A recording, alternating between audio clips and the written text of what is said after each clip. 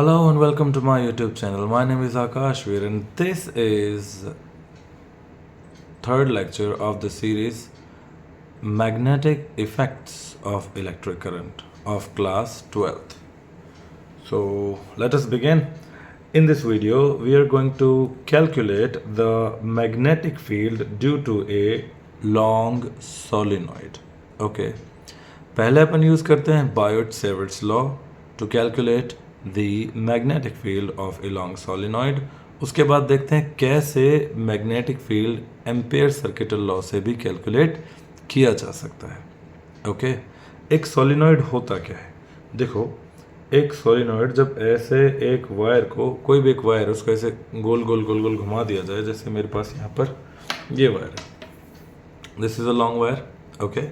And if I make it like this, a spiral, if I make these spiral curves very near to each other, तो जो spring जैसा ये बन जाएगा helical shape. Okay. So the helical shape of wire, और जिसमें से जब करंट पास होगा it will become a strong magnet. Okay. होता कैसे है, कैसा दिखाई देता है, ये आप इस फोटो में देख सकते हो. So this is our solenoid. इसमें यहाँ से करंट एंटर हो रहा है. ओके. फ्रॉम दिस पॉइंट, इस वाले पॉइंट से, let me take this, from this point, इसको ए बोल देते हैं, इसको बी बोल देते हैं. ए से करंट जा रहा है और बार बार करंट गोल गोल गोल गोल घूम रहा है. ठीक है. So this is our solenoid. इससे पहले ये अपन ड्रॉ करते हैं एक solenoid. Let me select the pen.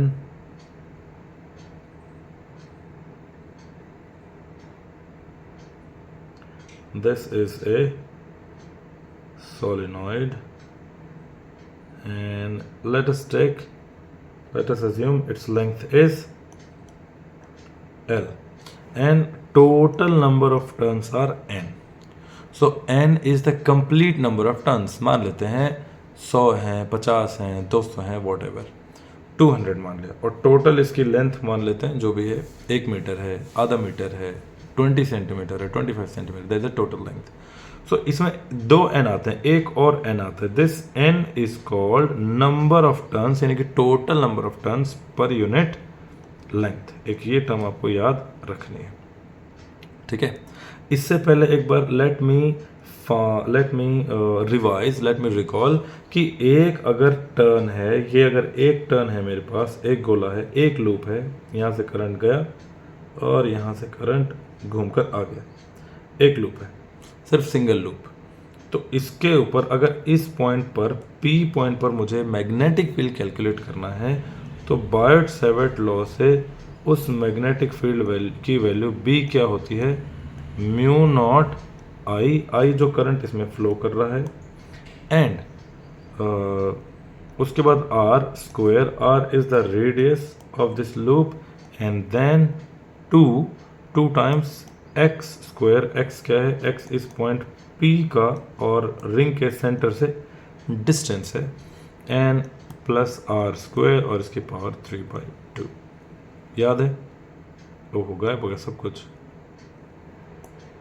R square and mu naught I R square. Okay, R for radius of the loop and all these things. So this is the magnetic field due to one loop. अगर एक loop ना होकर ये बहुत सारे loop हो गए, तो मान लेते हैं n लूप हो गए, तो n लूप हो गए, तो n टाइम्स करंट घूम जाएगा. तो ये इक्वेशन कन्वर्ट हो जाएगी म्यू नॉट टाइम्स, यहाँ पर आ जाएगा जी n, mu naught n I R square by 2 times x square plus R square to the power 3/2. अच्छा, एक और चीज़ करते हैं. मान लेता हूँ मैं कि यहाँ पर मेरे पास एक छोटी सी लेंथ है, dx लेंथ. थोड़ा सा फाउंडेशन बना रहा हूँ, आपको समझ में आएगा. dx लेंथ है. अगर इसमें इसकी लंबाई टोटल है dx, ठीक है, तो इस लेंथ में अगर यहाँ से लेकर यहाँ तक टोटल करंट कुछ है n, number of wire, number of loops पर यूनिट लेंथ n है. एक यूनिट लेंथ में, एक यूनिट लेंथ में n है. यानी एक तरह से लगा लो कि एक बिस्कुट के पैकेट का रेट 5 है, तो 5 बिस्किट के पैकेट के लिए क्या करना पड़ेगा, मल्टीप्लाई होगा। सो n is the number of turns per unit length. एक यूनिट लेंथ में कितना हो गया, n, तो dx यूनिट लेंथ में कितने वायर हो जाएंगे, n टाइम्स dx।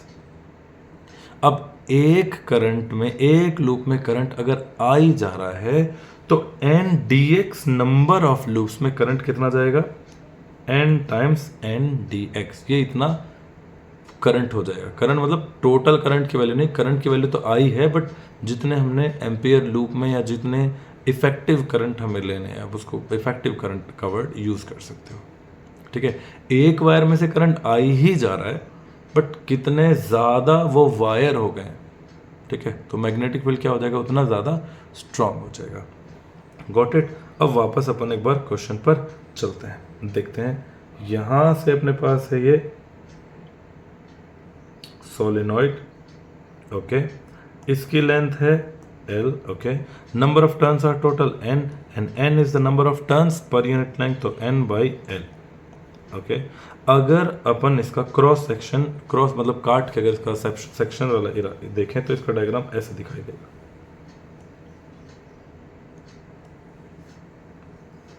अब यहां से करंट आ रहा है, ये गोल गोल कैसे आ रहा है सर, ये तो समझ में नहीं आया, अभी बताते हैं।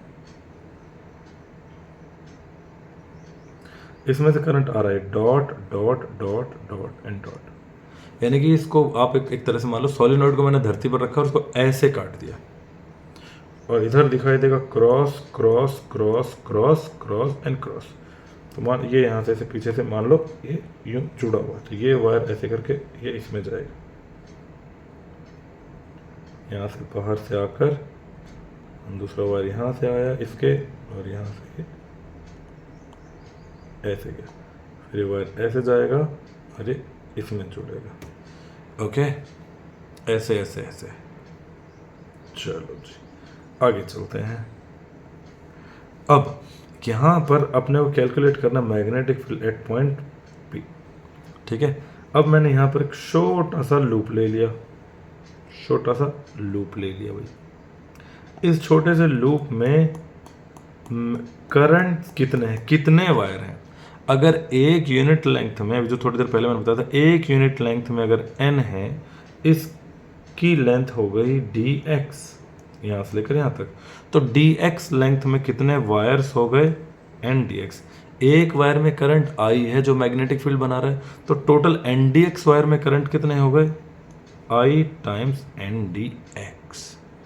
यही अपने को वैल्यू यहाँ पर पुट करनी है। ये एक अपने सेंट्रल एक्सिस हो गई, इस एक्सिस पर निकालना है, और यहाँ से लेकर यहाँ तक का जो डिस्टेंस आ गया पॉइंट P का, ये एक्चुअली में थोड़ा बहुत मोटा दिखाई दे रहा होगा, इसको पतला सा लेना है। ठीक है, एक पतली सी स्ट्रिप, इतनी पतली सी स्ट्रिप है ये, बिल्कुल बारीक सी। तो ये बारीक सी स्ट्रिप हो गई, और इसका डिस्टेंस पॉइंट P से क्या है, पॉइंट P से x डिस्टेंस अवे। अब जो पहले अपन ने थोड़ी देर पहले जो एम्पियर सर्किट पायोट-सेविट लॉ से जो वैल्यू निकाली थी, क्या थी, मैग्नेटिक फील्ड की, कि मैग्नेटिक फील्ड B क्या होता है, एक शॉर्ट होता है magnetic field mu not I times R square, जो कि रेडियस होता है, यहाँ पर ये रेडियस हो गया, divided by 2 times R square plus x square to the power 3/2। Okay, अब यहाँ पर I की जो वैल्यू, ये I ना होकर इसमें I की वैल्यू हम रख देंगे, ये इफेक्टिव करंट dx लेंथ के लिए कितना हो गया। आया कुछ कुछ समझ में। और ये magnetic field complete magnetic field ना होकर ये छोटू सा मैग्नेटिक फील्ड है ड्यू टू सम वायर्स, जिसकी चौड़ाई जो होगी टोटल स्ट्रिप की dx होगी। तो अब अपन शुरू करते हैं खेल। तो एक छोटू सा मैग्नेटिक फील्ड dB, ठीक है, which is due to a small mu not NI dx and divide by 2 times R square plus x square की पावर 3/2, और टाइम्स यहाँ पर R स्क्वायर भी था। अब अपन इस वायर को छोटा सा लेते हैं, ये अपना टोटल स्ट्रिप थी ऊपर वाली, मतलब ऊपर वाला कंडक्टर थे सारे, इसमें छोटे नीचे वाले। अपन को मैग्नेटिक फील्ड कैलकुलेट करना है इस पॉइंट P के ऊपर बीच में। अब अपन क्या करेंगे, अपन को यहाँ पे इंटीग्रेट करने के लिए छोटी सी स्ट्रिप काटनी है, जो मैंने बताई अभी थोड़ी सी, कितनी स्ट्रिप है वो dx लेंथ की, ठीक है।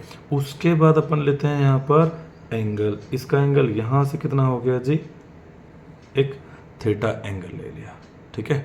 अब अगर ये एंगल थीटा है, ये डिस्टेंस अगर x है और ये डिस्टेंस r है, तो यहाँ पर dx की वैल्यू क्या होगी और x की वैल्यू क्या होगी, अपन उनको टर्म्स में चेंज करेंगे। इसी ट्राइंगल को मैं यहाँ से बाहर लिख लेता हूँ ऐसे, ये और ये, x distance r radius p point, okay. तो यहाँ पर ये है थीटा, तो यहाँ पर आपको एक चीज़ दिख रही होगी इस ट्राइंगल में इधर कि tan थीटा की वैल्यू क्या होगी, tan theta perpendicular by base r by x, बस इतना ही करना था, r बाई x हो गया। और x की वैल्यू क्या हो गई, x की वैल्यू हो गई r बाई tan थीटा, या आप x की वैल्यू जो वैल्यू पुट करोगे वो क्या हो जाएगी, r cot थीटा। ये तो पहली वैल्यू आ गई जो आपको पुट करनी है, ठीक है, in this equation. This is equation number 2 बोल देते हैं इसको, और ये आपके पास है इक्वेशन नंबर 1 जो बॉयड सेवर्ट से पहले ही आपने डिराइव करके रखी हुई है। दूसरी चीज, अगर x की वैल्यू r cot थीटा है तो dx की वैल्यू क्या हो गई, तो dx की वैल्यू होगी minus r cosecant square theta d theta.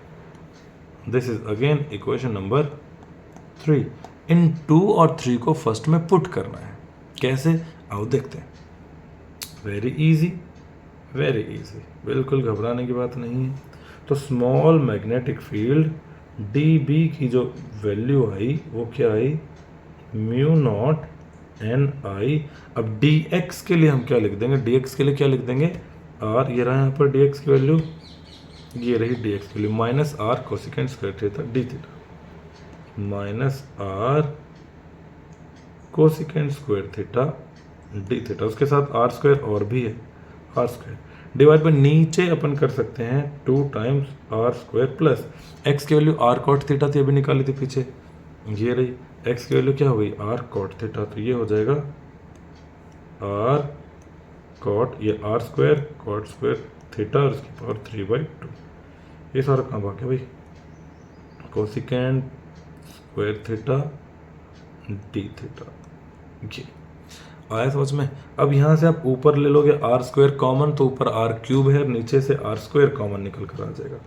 तो dB की वैल्यू क्या हो गई, म्यू नॉट NI, माइनस मैंने यहाँ शुरू में लिख दिया, और ये हो गया r क्यूब, और उसके साथ यहाँ पर आ गया जी cosecant square theta, cosecant square theta d theta, okay. को r स्क्वायर का ये क्या बोलते हैं, dx की वैल्यू है ये r कोसिकेंट स्क्वायर थीटा, क्योंकि x की वैल्यू थी r cot थीटा। नीचे क्या कर लिया अपन ने, 2 टाइम्स r स्क्वायर कॉमन ले लिया, ये बचा 1 प्लस cot स्क्वायर थीटा की पावर 3/2। यहाँ पर ये स्क्वायर मैंने कॉमन ले लिया और उसकी पावर 3/2 थी, तो इसको मल्टीप्लाई करना पड़ेगा, यहाँ 3/2 से 2 कट गया, r क्यूब बचा, ऊपर भी r क्यूब है नीचे भी r क्यूब है, r गायब हो गया, तो रेडियस का तो खेल खत्म। b is equal to mu not NI divide by 2। ऊपर क्या बच रहा है आपके पास, माइनस से लगा हुआ है यहाँ पर सब में, ऊपर बच रहा है जी cosecant square theta d theta, और नीचे 1 plus cot square theta. 1 plus cot square theta क्या होता है, cosecant square theta. Cosecant square theta के ऊपर 3/2 है, कोसिकेंट स्क्वायर थीटा की पावर 3/2, तो 1/2 से 2 कट जाएगा स्क्वायर से, है ना, कोसिकेंट स्क्वायर थीटा हो जाएगा, कोसिकेंट स्क्वायर थीटा और इसकी पावर 3/2, तो 2 से 2 कट गया, ऊपर बचा कोसिकेंट स्क्वायर थीटा, नीचे बचा कोसिकेंट क्यूब थीटा, तो स्क्वायर से क्यूब गया, नीचे सिर्फ कोसिकेंट थीटा बचेगा। तो dV की value mu not NI divide by 2 और 1 डिवाइडेड बाई कोसिकेंट थीटा, और ऊपर था ये d theta. This is what you have to find your final result before going to get the integration. अब integrate करेंगे, क्यों इंटीग्रेट करेंगे, देखो फिर से मैं बताता हूँ। ये एक छोटा सा अपन ने लूप लिया था, ये कंप्लीट यहाँ से लेकर यहाँ तक था, इस पॉइंट P से यहाँ की वैल्यू आपने निकाल ली x डिस्टेंस अवे, और इस एक लूप की वजह से मैग्नेटिक फील्ड निकल गया। अब इधर भी लेंथ है और इधर भी, तो इस लेंथ के लिए और इस लेंथ के लिए आपका एंगल कहाँ से कहाँ जाएगा, थीटा 1 से लेकर थीटा 2 तक। थीटा 1 से लेकर थीटा 2 तक आप इसको इंटीग्रेट कर दोगे, आपके पास सारे वायर यहाँ से लेकर यहाँ तक आ जाएंगे और सभी की वजह से मैग्नेटिक फील्ड निकल कर आ जाएगा। ठीक है, तो फिर से लिखते हैं एक बार फाइनल रिजल्ट। अभी तक का क्या था, D B is equal to mu not N I divided by 2, और ये सब नेगेटिव में है, और यहाँ पर 1 बाई कोसिकेंट थीटा था। 1 बाई कोसिकेंट क्या होता है, साइन थीटा, साथ में है डी थीटा। और अब अपन बी निकालने के लिए इंटीग्रेट कर देंगे। Okay, B is equal to integration of D B, integrating both sides, तो यहाँ पर ये हो गया minus mu not N I divide by 2 और साइन थीटा डी थीटा। कहाँ से कहाँ तक कर रहे हैं, थीटा 2 से लेकर थीटा 1 तक। ओके, अब म्यू नॉट एन आई कॉन्स्टेंट है, सारे बाहर आ गए, म्यू नॉट एन आई कॉन्स्टेंट, सारे बाहर, माइनस बाहर, integration sine theta D theta, sine theta 2 theta 1। Sine theta का इंटीग्रेशन क्या होता है, माइनस कॉस थीटा। तो आपका आंसर यहाँ से आया mu not N I by 2, minus बाहर, यहाँ minus cos theta from theta 2 to theta 1। Okay, और ये माइनस से माइनस हो गया कैंसिल, आपकी वैल्यूज आ गए mu naught N I by 2 cos theta 1 minus cos theta 2। This is the required answer for a solenoid of some finite length, for some finite length, इसमें length है कुछ। Okay, अब अगर मैं केस लूँ, ये आ जाएगी वैल्यू, फिर से बनाता हूँ, ये आपका एक सोलेनॉइड हो गया। ठीक है, नॉर्मल इस पॉइंट पे ऊपर कैलकुलेट कर रहे हो, ये आपने एक रिंग ली थी, छोटी सी स्ट्रिप ली थी, उसकी वजह से आपने कैलकुलेट करा, फिर आपने यहाँ थीटा 2 और ये थीटा 1, यहाँ थीटा 1 से लेकर ये आपकी सेंट्रल एक्सिस हो गई, सेंट्रल एक्सिस पर ही पॉइंट पी है, यहाँ थीटा 2 से लेकर यहाँ थीटा 1 तक आपने कैलकुलेट कर लिया, सारा यहाँ से लेकर यहाँ तक सारा कवर हो जाएगा। ओके, अब आता है अपना स्पेशल केस, केस नंबर 1,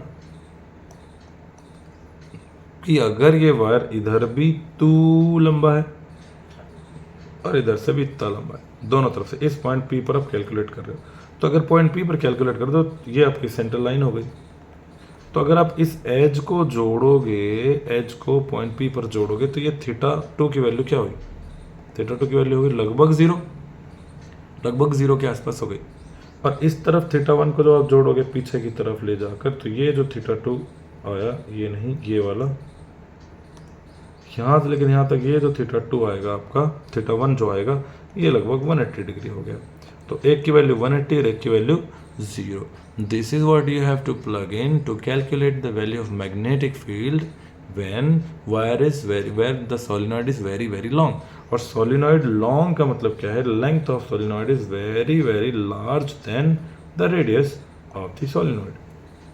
ठीक है, इतना बड़ा ना होकर solenoid ऐसे है, यूं पतला सा ऐसे। अब बताओ इसकी रेडियस कितनी है, इतनी सी है रेडियस इसकी लेंथ कितनी है, इतनी ज़्यादा है।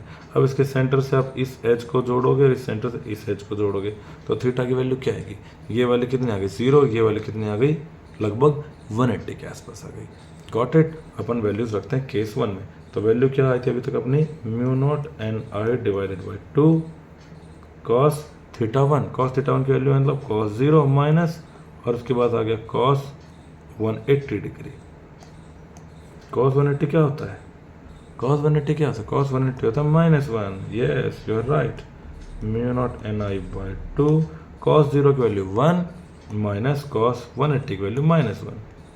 तो माइनस से माइनस कट गया, 1 और 1 क्या हो गए 2, और 2 से 2 कट गया, ये 2 से ये 2 कट गया। तो you got the value B is equal to mu not N I. This is the required and the final result for a very long solenoid. Very long means its length is comparably very large as its radius.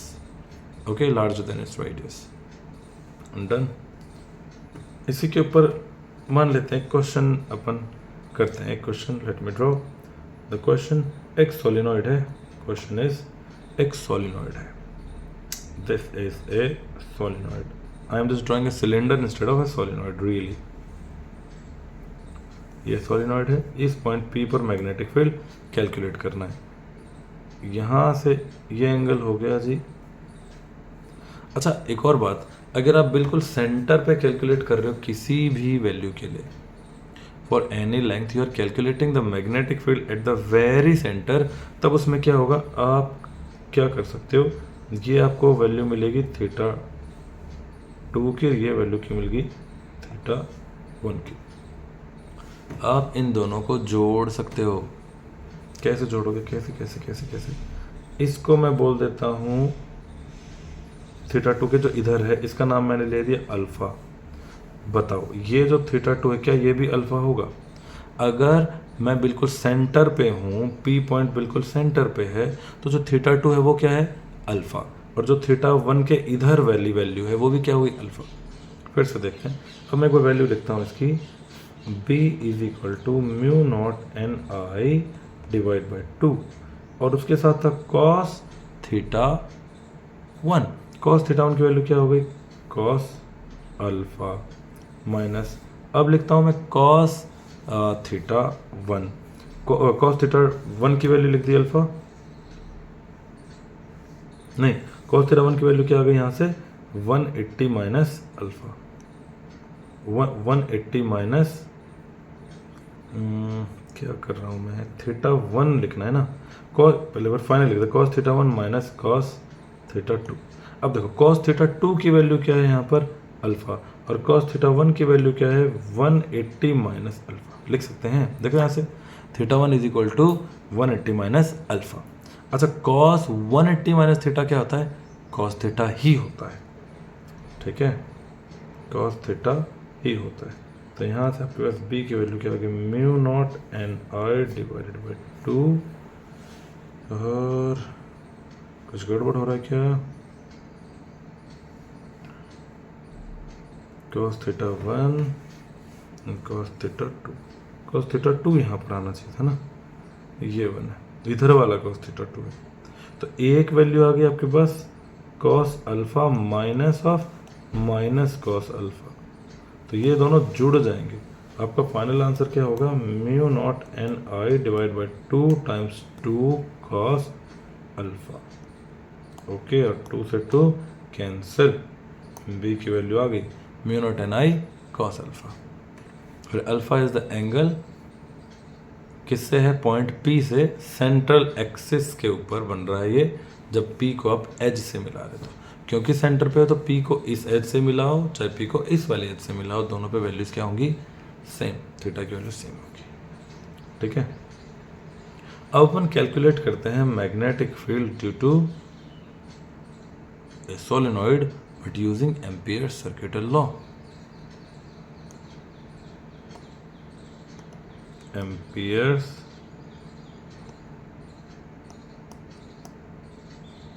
Circuital law, Ampere circuital law क्या बताती है, ampere circuital law क्या बताती है, ये अपना wire है, ये वायर है, यहाँ पर आप गोल गोल गोल गोल घूम रहे हो, यहाँ पर आपने एक छोटू सा एलिमेंट ले लिया dl, और ये सारा मैग्नेटिक फील्ड, तो मैग्नेटिक फील्ड को dl के साथ मल्टीप्लाई करो और इंटीग्रेट कर दो टोटल, तो B डॉट dl, अच्छा डायरेक्शन दोनों का सेम होना चाहिए, इस पॉइंट के ऊपर dl का डायरेक्शन भी उधर है, B का डायरेक्शन भी उधर है, इस पॉइंट के ऊपर dl का डायरेक्शन इधर है, B का डायरेक्शन इधर है, इस पॉइंट पर dl का डायरेक्शन इधर है, B का डायरेक्शन इधर है, इस पॉइंट पर dl इधर, B इधर, B dot dl means B dl cos theta, and जब दोनों का डायरेक्शन सेम है तो ये क्या हो जाएगा, B dl cos थीटा, और थीटा की वैल्यू क्या हो जाएगी 0, तो B dl cos 0 यानी कि B dl उसी का इंटीग्रेशन।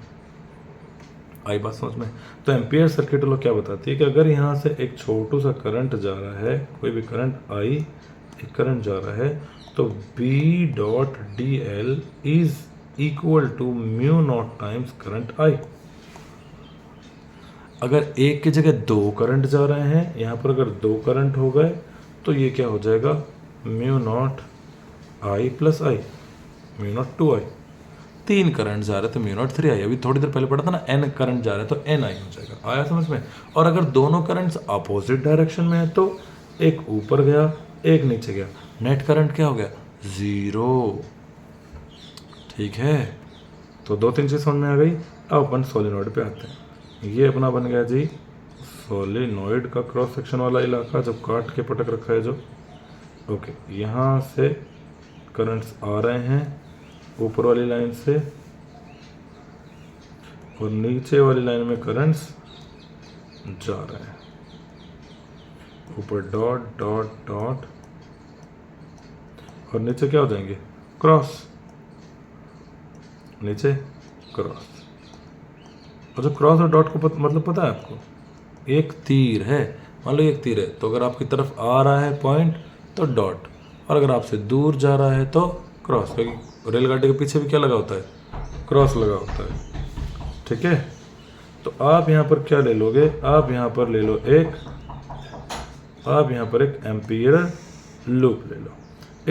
इसके अंदर एम्पियर लूप में आप क्या ले लो, यहाँ पर A B C D, this is your ampere loop. Okay, और from this, using this ampere loop, B dot DL along A B C D is equal to mu not times जो भी current जा रहे हैं वो आ जाएंगे इसमें।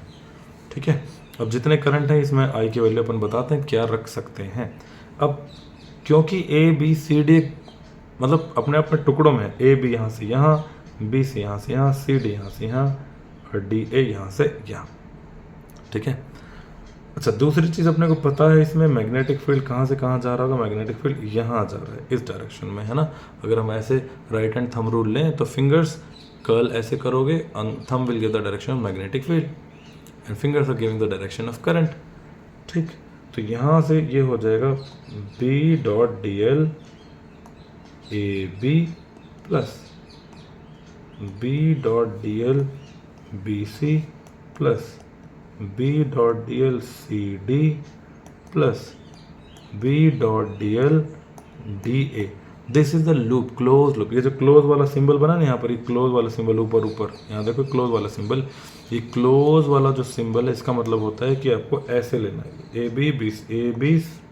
ABCD and this is equal to total current. अब देखो यहाँ से लेकर यहाँ तक मैंने लेंथ क्या मान लेते इसकी लेंथ ले ली अपन ने, लूप की लेंथ ले ली L। अगर लूप की लेंथ L है और N is the number of currents पर यूनिट लेंथ, थोड़ी देर पहले बताया था N is the number of current पर यूनिट लेंथ, तो टोटल L लेंथ में कितने करंट हो गए, NL, और एक करंट की वैल्यू अगर I है तो टोटल करंट की वैल्यू NIL। तो यहाँ जो ये म्यू नॉट I था ये हो जाएगा म्यू नॉट NIL, एक करंट के लिए I, N करंट्स के लिए NI, और टोटल लेंथ में कितने हो गए तो NIL। Got it. अब यहाँ से गेम खेलना शुरू करते हैं। देखो AB वाले पाथ में B का डायरेक्शन भी इधर है और DL का डायरेक्शन भी इधर है, क्योंकि अपन ऐसे चले हैं एंटी क्लॉकवाइज। ठीक है, तो AB में B का डायरेक्शन और L का direction, B dot DL same direction में, तो B डॉट DL की वैल्यू हो गई BDL। ओके, इसको इंटीग्रेट कर देंगे, प्लस BC में आप एक चीज़ देखो कि BC परपेंडिकुलर है और करंट का डायरेक्शन इस तरफ है। ठीक है, और मैग्नेटिक फील्ड का डायरेक्शन बाहर की तरफ है, तो इसके अंदर B डॉट DL में B ऐसे है, DL ऊपर है, B ऐसे है, DL ऊपर है, यानी कि B DL cos theta, theta की value 90 degree, B DL cos 90, और cos 90 जीरो होता है। यस, तो इसकी value 0 because theta is equal to 90 degree. Same चीज़ B DL वाले लास्ट में DA में भी यही बात हो जाएगी भाई। ये वाला जो लेंथ था ये BC है और ये वाला इधर वाला क्या है DA, तो DA नीचे की तरफ है, B इस तरफ है 0, इसमें BC ऊपर की तरफ है, B नीचे की तरफ है, मैग्नेटिक फील्ड ऐसे हॉरिजॉन्टल, तो ये 0। और बाहर की तरफ एक अजम्पशन ले रखा है कि magnetic field outside the solenoid is 0। कैसे होता है ओहो, B डॉट DL था ये, B डॉट DL, तो बाहर वाला भी क्या हो गया 0, ये भी क्या हो गया, ये भी क्या हो गया 0, ये भी 0। तो यानी कि आपके पास कुल मिलाकर 0 plus 0 plus 0 is equal to mu not N I L बचकर आता है। और अब डी एल को अगर आप जोड़ोगे तो डी एल कंप्लीट जुड़कर सिर्फ एल बनेगा, because L is the length of this loop. तो this is B L which is equal to mu not N I L, L से एल कट गया, you got the same value, B is equal to mu not N I. Okay, so this is how we calculated magnetic field due to a solenoid. assumption था कि बाहर magnetic field zero होता है। कैसे बाहर magnetic, देखो ये एक वायर, मैं बहुत खुला खुला बना रहा हूँ, ये एक वायर है और ये उसके बाद दूसरा वायर है। ओके, हो गया, दो वायर हो गए, एक वायर यहाँ से आया, यहाँ आया, यहाँ आया, यहाँ आया, ये एक लूप, और उसके बाद फिर इस पॉइंट के बाद यहाँ से यहाँ तक ये दूसरा लूप। ठीक, ये पहला लूप और ये दूसरा लूप, ये तीसरा लूप। अब एक चीज़ नोट करो कि अगर ये एक लूप है, मैं अलग अलग बना देता हूँ इनको, मान लेते हैं ये अलग अलग लूप हैं, एक लूप ये और एक लूप ये। तो इसके अंदर अगर करंट ऐसे जा रहा है, यहाँ से यहाँ ऊपर की तरफ, ऊपर आ रहा है, ये वाला एच मेरे पास है, एच ए और एच बी, और ये वाला सी और डी क्या है, मेरे से दूर, ऐसे। तो जब ये करंट ऐसे आ रहा है, ऐसे आ रहा है, तो इस पॉइंट पर मैग्नेटिक फील्ड ऐसे गया, करंट ऐसे आ रहा तो मैग्नेटिक फील्ड ऐसे जा रहा है, और इस पॉइंट पर भी मैग्नेटिक फील्ड ऐसे गया, और मैग्नेटिक फील्ड अपने आप में ये भी गोल बनेगा ऐसे करके। ये यहाँ पर मैग्नेटिक फील्ड ऐसे बन जाएगा यूं, और यहाँ इसका मैग्नेटिक फील्ड ऐसे बन जाएगा यूं, इधर से आएगा इधर से जाएगा, इसमें इधर से आएगा इधर से।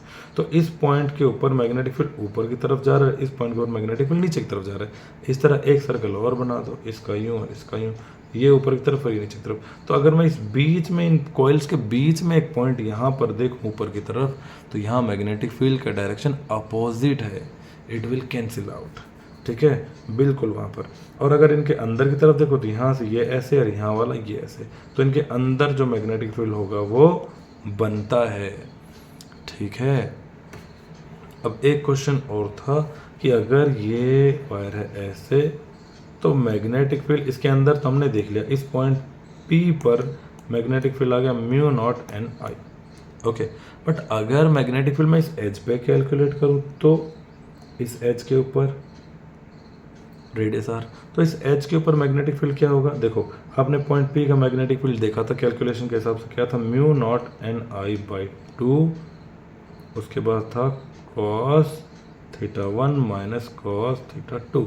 अब ध्यान से देखो, यदि मैं इस पॉइंट को पी लेता हूँ, तो इस पॉइंट पी से मैं उधर अगर एच पे जोड़ूंगा, बहुत आखिरी एच पे बहुत दूर तक, तो यहाँ पर थीटा 2 की वैल्यू क्या होती है, थीटा 2 की वैल्यू क्या हो जाएगी, 0, और थीटा 1 की वैल्यू क्या हो जाएगी, 90 डिग्री। थीटा 2 की वैल्यू 0 और थीटा 1 की वैल्यू 90 डिग्री। हाँ, समझ में। तो जैसे आप यहाँ पर इनकी वैल्यूज रखोगे, आपका आंसर हो जाएगा mu naught N I divide by 2। Theta 1 की वैल्यू क्या हो गई, थीटा 1 की वैल्यू हो गई 90, नहीं थीटा 1 की वैल्यू हो गई 0, तो ये हो गया कॉस 0 माइनस थीटा 2 की वैल्यू कॉस 90। कॉस 90 अपने आप में 0 और इसकी वैल्यू हो गई 1। So you got the value at the edge, magnetic field at the edge is mu not N I divide by 2, mu not N divide by 2। यानी कि अगर मैं ग्राफ बनाऊं, ये ग्राफ बन गया, इस तरफ है लेंथ L टोटल, तो ये हो गया L बाई 2, इस तरफ L, तो ये भी L बाई 2, यहाँ से लेकिन यहाँ तक complete length of the solenoid is L। तो अगर मैं बोलूँ कि इस पॉइंट पर मैग्नेटिक फील्ड टोटल B है, तो इस पॉइंट पर क्या हो गया, B बाई 2, यानी कि B सेंटर पे है, ये सेंटर हो गया, सेंटर से जितना आप उस तरफ भी L की तरफ जाओगे, इस तरफ मैग्नेटिक फील्ड B है, जैसे आप H पर पहुंचे मैग्नेटिक फील्ड ड्रॉप हो गया, आधा हो गया। इस तरफ आओगे तो मैग्नेटिक फील्ड B है, जैसे आप H पर पहुंचे मैग्नेटिक फील्ड आधा हो गया। तो magnetic field becomes half of its value when we go towards the edge of the solenoid. और अगर इसी को मैं ऐसे रिप्रेजेंट करूं, या आपने डायग्राम बचपन में भी पढ़ा है ये वाला डायग्राम, तो यहाँ पर आपको दिखाई देगा मैग्नेटिक फील्ड लाइंस यहाँ से सीधी जा रही हैं, यहाँ से सीधी जा रही हैं, तो ये लेते हैं, यहाँ से मैग्नेटिक फील्ड लाइन सीधी गई, यहाँ से सीधी गई, यहाँ से बिल्कुल स्ट्रेट हो गई, यहाँ से ऐसे कर्व एंड कर्व, और जैसे बाहर ये पैरेलल, लगभग पैरेलल है, मान सकते हैं पैरेलल है। जैसे ही बाहर निकलेंगे ऐसे हो जाएंगे, जैसे ही बाहर निकलेंगे ऐसे हो जाएंगे। Lines are spaced apart. तो इस पॉइंट के ऊपर P के ऊपर lines are very near to each other, it means B strong. और जैसे आप एज पे आए, you see the lines are spreading, and lines are spreading means B becomes B/2 on the edges, B is B/2, मतलब spacing ज़्यादा हो गई। And when magnetic lines are close to each other, it means magnetic field is very very strong. ठीक है, in the next video will be solving some questions related to the previously uploaded videos and lectures. Till then, keep watching. If you have any doubt related to this, you can write in the comment box below. Don't forget to share and subscribe with your friends. I'll be back with the next lecture. Have a great time ahead. Thank you very much for watching.